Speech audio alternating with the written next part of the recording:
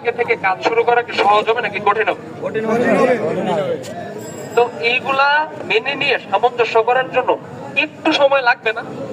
আপনার কাছে কি মনে হয়, আপনি আমার জায়গায় আমি যদি আপনার কাছে 500 জন নিয়ে সেই দাবিগুলো দিতাম, আপনি কি জায়গায় দাঁড়ায় থেকে বলতে পারতেন যে হ্যাঁ এটা ওকে, এটা ওকে, ওটা ওকে বলতেন দাবিগুলো? এটাও হ্যাঁ, এই জিনিসটাও আপনার মাথায় আছে। আপনারা কি চান কতদিন? আচ্ছা, এখন আপনাদেরকে জিজ্ঞেস করলেও হবে না, আপনারা তো বলবেন যে স্যার এখনই লাগবে।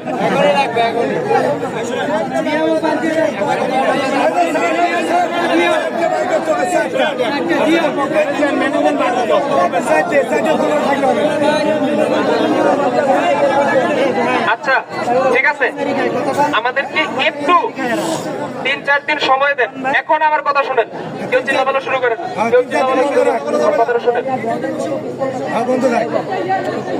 3 দিন বন্ধ থাক।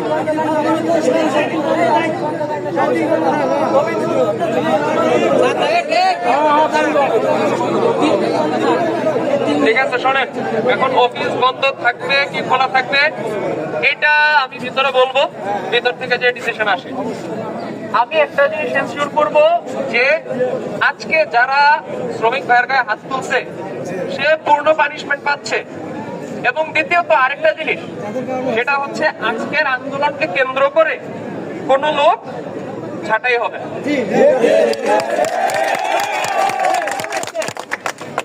বুঝা গেছে?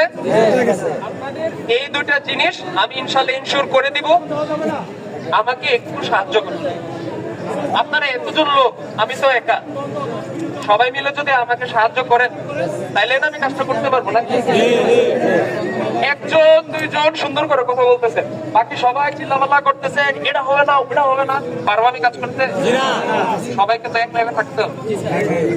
ঠিক আছে, আপনাদের যতগুলা দাবি আছে সবগুলা দাবি প্রথমে একবার নোট করা হয়েছে, দ্বিতীয়ত আমি নিজের জায়গায় দাঁড়ায় থেকে এগুলাকে নোট করছি কিনা এগুলোর বিষয়ে ভিতরে আমি এতক্ষণ আলোচনা করছি। যদি মনে হয় যে আপনাদের বিপক্ষে আমি কিছু বলে আসছি, ভিতরে ওই যে মাইর খেয়ে ভিতরে বসেছিল তাকে জিজ্ঞেস করেন, পুরা টাইম সে আমার পাশের চেয়ারে বসেছে, আমি কি আপনাদের বিপক্ষে কোনো কিছু বলছি কিনা জিজ্ঞেস করে দিই।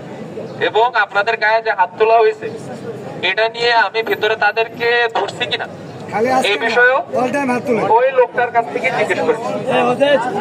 কোনো সমস্যা নাই, এই এখন থেকে কোনো হাত তোলাতুলি হবে না। ঠিক আছে? থাকবে না থাকবে না থাকবে না।